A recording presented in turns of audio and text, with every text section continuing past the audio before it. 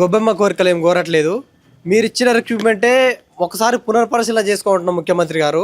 మీరే తెలంగాణ వచ్చినాక నీళ్లు నిధులు నియామకాలు అనేవి సరిగ్గా జరగలేదని అన్నారు. ఆ కాన్సెప్ట్తోనే మీరు అధికారంలోకి రావడం జరిగింది.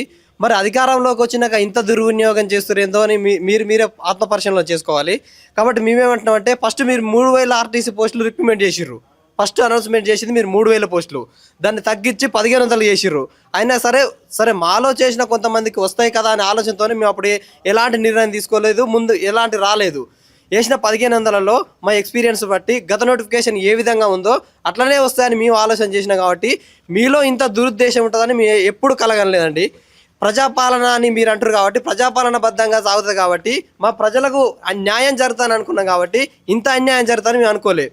మీరు 2011 తర్వాత రిక్రూట్మెంట్ అనే విషయం మీకు తెలియదా? తెలుసు కదా. తెలిసినాక మరి ఇలాంటి నిర్ణయం ఎందుకు తీసుకుర్రు? అసలు పోలీస్ బోర్డుకి ఇవ్వాల్సిన అవసరం ఏమింది? అంటే ఆర్టీసీలో సమర్థవంతులు లేరా? ఆర్టీసీలో ఎన్నో సంవత్సరాలుగా పనిచేస్తున్న ఎండీలు, డిఎంలు, ఆర్ఎంలు వీళ్ళందరూ సమర్థత లేని పోలీసు వాళ్ళకనే ఉందా? ఏ డిపార్ట్మెంట్ ఆ డిపార్ట్మెంట్ అప్పచెప్పక మీరేంటంటే విద్యాశాఖ మంత్రి మీ కాన్నే, పోలీస్ శాఖ మంత్రి మీ కాన్నే, ఇప్పుడు ఆర్టీసీ శాఖను కూడా మీ దగ్గర పెట్టుకుంటారా? ఈ విషయంపై పొన్నం ప్రభాకర్ దగ్గరికి పోతే ఏమంటా అంటే నాకు ఎలాంటి సంబంధం లేదని ఆర్టీసీ ఎండీకి లెటర్ పెట్టింది బ్రదర్. ఆ ఆర్టీసీ ఎండీ దగ్గర పోతే 20 నిమిషాలు మాట్లాడిండు. సార్ ఏం చెప్పిందంటే నేను కొత్తగా వచ్చిన గతంలో 2025లో సెప్టెంబర్లో నోటిఫికేషన్ పడ్డది. అప్పుడు నేను ఇందులో ఎండీగా జాయిన్ కాలేదు, నేను కొత్తగా వచ్చినా నాకేం తెలియదు అంటారు. మరి మేము ఎక్కడ పోవాలి? ఇక ఎక్కడ పోవాలి? మేము ఎక్కడ పోవాలంటే ఎవరి దగ్గర సమాధానం లేదు. ఎవరి దగ్గర సమాధానం లేదు కాబట్టి 5 తారీఖున లెటర్ పెట్టినాం. ఈ పోలీస్ కమిషనర్ కూడా లెటర్ పెట్టినాం. 5 తారీఖున లెటర్ పెడితే ఇవాళ 13 తారీఖు ఇప్పటి వరకు ఎలాంటి స్పందన లేదు. మీడియా ముందుకు వచ్చి ఏం చెప్పట్లేదు. సరే వాళ్ళు కూడా ఏదన్నా ఒక రిలీజ్ చేస్తారంటే అది లేదు. ఏది లేకుండా ఎందుకు అంటే మీరు అది చేసింది ఇది తప్పని తెలిసిపోయింది కాబట్టి మీరు మీడియా ముఖంగా వస్తలేరు, సమాధానం చెప్తలేరు. మీరు లెటర్ పెట్టినాం కదా మాకు అన్యాయం జరిగిందని, మరి ఆ లెటర్కి ఏదో ఒక సమాధానం రావాలి కదా, ఎండి వారి ద్వారా ఇప్పియాలి కదా. ఎందుకు ఇప్పిస్తలేరు? ఎక్కడ ఒక జరిగినాయి పునర్పరిశీలన చేసుకోవాలి కదా, ఎందుకు చేసుకోవట్లేరు? అంటే ఇంత అన్యాయమా? 15 సంవత్సరాల తర్వాత రిక్రూట్మెంట్లో కూడా ఇంత అన్యాయమా? దేనికోసం ఈ అన్యాయం?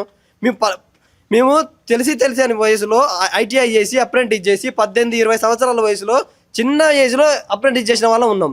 గొడ్డు సాగిరేసిన డిపోలలో అప్పుడు కూడా రిక్రూట్మెంట్ లేక మాతోని ప్రతి మెకానిక్ మమ్మల్ని అసిస్టెంట్గా పెట్టి వాళ్ళు ఎంత పని చేస్తారో వాళ్ళతో పాటుగా సమభావంగా మమ్మల్ని పని చేయించారు.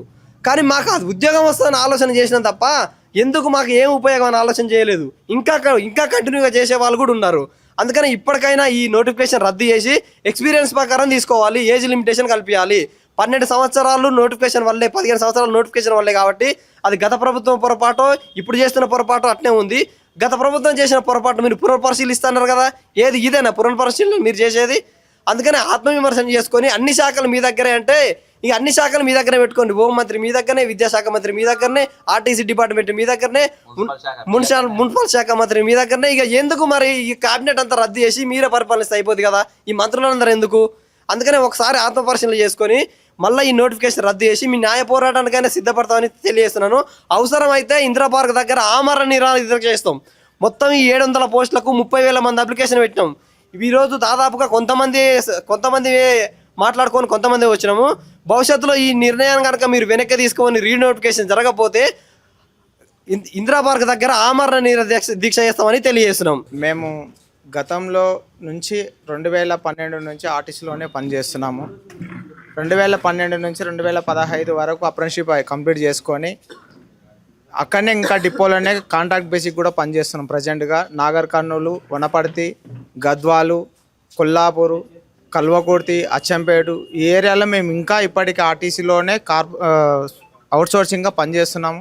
ఇలా చాలామంది పని చేసుకుంటూనే అట్లాగే ఉన్నాం. ఉద్యోగాల విషయంలోకి వస్తే మేము ఎంత కష్టపడినా మా కష్టాన్ని గుర్తించలేదు. మా ఏజ్ అయిపోతుంది, ఇప్పటికీ ఇంకా మాకన్నా ముందు బ్యాచ్ వాళ్ళు కూడా వాళ్ళు అంతా అయిపోయింది, మా జీవితం ఇంతటితో ముగిసిపోయింది. గవర్నమెంట్ జాబ్ గురించి అని ఎదురు చూసుకున్నాను. అంటే ప్రభుత్వ దృష్టిలో 18 సంవత్సరాల నుంచి 35 సంవత్సరాల లోపే గవర్నమెంట్ జాబుకు ఎలిజిబుల్ అని ఏజ్ ఉంటుంది. ఓన్లీ ఒక కార్పొరేషన్లో మాత్రమే ఏజ్ లిమిట్ 48 ఇయర్స్ వరకు ఉంటుందనే ఆశతోని చాలామంది వెనుకబడ్డ తరగతుల్లో ఉన్న వాళ్ళు ఈ కార్పొరేషన్లో ఆర్టీసీలో పనిచేయడానికి అట్లాగే కొనసాగుతూ దాని మీద నమ్మకంతో అట్లాగే ఇప్పటికి చేస్తున్న వాళ్ళం ఉన్నాము. కానీ మమ్మల్ని ఎందుకు గుర్తించలేదు, మమ్మల్ని ఎందుకు వెయిటేజ్ తీసుకోలేదు, మాకెందుకు ఈ ఉద్యోగానికి మేము అర్హులం కాదని ఎందుకు పక్కకు పెట్టారు మాకు అర్థం అవ్వట్లేదు. మేము చదువుకున్న సర్టిఫికేట్తో కానీ అప్రెంటిస్షిప్ సర్టిఫికేట్ కానీ ఎనీ సర్టిఫికేట్ ఏదైనా మా దగ్గర లోపం లేకుండా ఉందా, అందుకు మమ్మల్ని రిజెక్ట్ చేసిరా, ఎందుకు చేసిర్రు, పర్సెంటేజ్ పరంగా తీసిండ్రని చెప్పారు. ఒకవేళ రిక్రూట్మెంట్లో కూడా మీరు చేసినదైతే బీసీఏ కానీ బీసీబీ కానీ బీసీసీలో కానీ ఎక్కడ క్యాస్ట్కు రిజర్వేషన్ అనేది ఎక్కడ కల్పించలేదు. ఉమ్మడి మామనార్ జిల్లాలో అయితే ఎస్టీకి ఒక్క పోస్ట్ కూడా లేదు, మొత్తం ఓపెన్ కేటగిరీలోనే ఇచ్చారు. ఈ విధంగా అన్ని మీరు అనుకూల పరిస్థితుల్లో లేకుండా ఏ విధంగా చేశారో అర్థం అవ్వట్లేదు. ఒక కార్పొరేషన్ డిపార్ట్మెంట్ వాళ్ళు కంపల్సరీ కార్పొరేషన్ గత సంవత్సరాల నుంచి మీరు కార్పొరేషన్ వాళ్ళు సెలెక్ట్ చేసుకుంటూ వచ్చిన దానిని ఈరోజు పోలీస్ డిపార్ట్మెంట్కి అప్పచెప్పాల్సిన అవసరం ఏముందో మాకు అర్థం అవ్వట్లేదు. అంటే ఇది ఎంతవరకు మీకు న్యాయసమ్మం అనిపిస్తుందో మాకైతే తెలియట్లేదు. దయచేసి మా జీవితాలతో ఆడుకోవద్దండి. మా జీవితాలకు ఆడుకోకుండా మాకు ఉద్యోగాలు మాకు కావాలని మేము భారీ ఎత్తున కూడా ఈరోజు మీ ముందుకు వచ్చి చెప్తున్నాము. ఇంకా అవసరమైతే మేము ఇంకా పెద్ద ఎత్తున కూడా ఖచ్చితంగా పోరాటం చేయడానికి వెనుకాడబోమని చెప్తున్నాం. యూనియన్లు కూడా మాట్లాడతలేవు. ఆర్టీసీ యూనియన్లు ఈ రోజు మీరు స్పందించాల్సిన అవసరం ఉందని చెప్పి మాట్లాడండి. ఆర్టీసీ యూనియన్ ఎందుకు మాట్లాడతలేవు? ఒక కార్పొరేషన్ తీసుకుపోయి పోలీసు డిపార్ట్మెంట్ రిక్రూట్మెంట్ బోర్డుకి ఏ విధంగా అప్పచెప్తారు? ఆర్టీసీలో ఉన్న పెద్దలు కూడా యూనియన్స్ వాళ్ళు కూడా మాకు సపోర్ట్ చేస్తున్నారు. వాళ్ళు కూడా కంపల్సరీ ఇప్పుడు ప్రజెంట్గా మా ముందుకు వచ్చి మేము ఎక్కడ ఏ అధికారిని కలిసినా కూడా ఇప్పటికీ మాకు ఎటువంటి స్పందన లేదు. ఏ విధంగా ఈ స్పందన ఎందుకు రావట్లేదో ఖచ్చితంగా మాకు తెలియజేయాలి. 2008 నుంచి చేస్తున్నాము. నేను 2012 నుంచి కంటిన్యూగా ఉన్నాను. మా సోదరులు మాతో పాటు ఉన్న వాళ్ళు 2008 నుంచి చేసే వాళ్ళు కూడా ఇప్పటికి ప్రజెంట్గా 2026 కూడా కంటిన్యూగా ఉన్నారు. 11,000.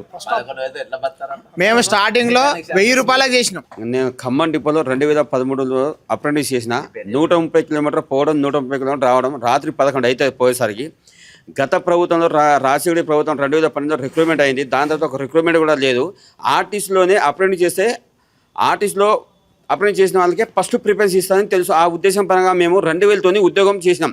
అదే గొడ్డు చాకరీ చేసుకుంటూ ఏ అవుట్ సోర్సింగ్ అయినా ఏ పనైనా మేమే చేస్తాం. కానీ ఇప్పటిదాకా మేము పోస్టులు పడ్డాయని ఇన్ని సంవత్సరాల తర్వాత మేము హ్యాపీగా ఉన్నాం. మాకు వస్తానుకుంటే ఇప్పుడు లేని వాళ్ళకు ఎక్స్పీరియన్స్ లేని వాళ్ళకు ఉద్యోగాలు ఇచ్చారు. వేరే డిపార్ట్మెంట్లో ఎక్స్పీరియన్స్ ఉన్న వాళ్ళకు ప్రిపేర్ చేస్తారు. మరి మేము ఇన్ని సంవత్సరాలు పని చేస్తున్నామని మాకు ఎందుకు అవకాశం ఇస్తలేరు? వేరే వాళ్ళకి ఎందుకు ఇస్తారు? ఆర్టిస్ట్లో అప్లై చేసిన అన్ని విధాలుగా మా వర్క్ అవగాహన ఉంది. కొత్తలో అవగాహన ఎట్లా నేర్పుకుంటారు? మేము ఇంత పని చేసి స్కిల్డ్గా పనిచేసి ప్రతి ఒక్కరు ఎంత బాధపడుతుందంటే తిండి తినగలేక అసలు అవస్థపడడం వల్ల మా హృదయాలు కాదు, మేము ఆత్మహత్య చేసడం అంత ఇబ్బందిలో ఉన్నాం. ఒక ఏడుపు చూస్తే ఏడుపు అనిపిస్తుంది, కానీ ఏడుపు లేకపోతున్నాం. మా బతుకులు ఒక గుంట భూమి లేదు నాకు. నేను ఎంత ఇబ్బంది పడుతున్నా ఆధార్ కార్డు చెక్ చేసుకోండి. నేను గత 2013 నుంచి కంటిన్యూ చేస్తూనే ఉన్న ఆర్టీసీ డిపోలలో డ్రైవర్ అండ్ ఎలక్ట్రీషియన్గా. నాకు సానుభూతితో ఈ ప్రభుత్వం మీద ఎంతో ప్రేమ ఉంది. నేను ఎన్నో ఓట్లు కూడా వేసాను. కాంగ్రెస్ ప్రభుత్వం వస్తే మాకు ఎంతో మంచి జరుగుతుంది. మేము ఎంతో కష్టపడి ఈ ప్రభుత్వం ఎంచుకున్నాము. గత ప్రభుత్వం కూడా ఉద్యోగాలు రాలే, ఈ ప్రభుత్వంలో ఉద్యోగాలు వచ్చి మేము ఎంతో హ్యాపీగా ఉన్నాం. రకరకాల 97 డిపోల నుంచి పిల్లలు ఎంత ఇబ్బంది పడుతున్నారో, ఎంత అవస్థపడుతున్నారో, ఘోరమైన పరిస్థితి. వేరే వాళ్ళ అనుభవం లేని వాళ్ళకి ఇచ్చారు. అనుభవం ఉన్న మేము ఎక్కడ రోడ్ల మీద బతకాలా? మా పిల్లలు దీని మీద బతుకుతాం. మా పరిస్థితి ఏంటి మీరే చెప్పాలి సార్. మీకు అంతా నా సీరియస్ నుంచి వందనాలు సార్ రేవంత్ రెడ్డి సార్. మాకెళ్ళి మా పొట్టకెళ్ళి చూడు, మా భార్య పిల్లలకు చూడండి సార్. మేము ఎంత ఇబ్బంది పడుతున్నాం, ఎంత అవస్థపడుతున్నాం ఒకసారి మా ఫీడ్బ్యాక్ చూడండి సార్. మాకు అవసరం ఉంటే ప్రాక్టికల్గా పెట్టి మాకు ఉద్యోగాలు తీసుకోండి. మాకేమైనా ఇబ్బంది ఉంటే మేము దేనికైనా సిద్ధపడతాం. నా సీరియస్ నుంచి వందనాలు చెప్తున్నాను సార్ మీకు.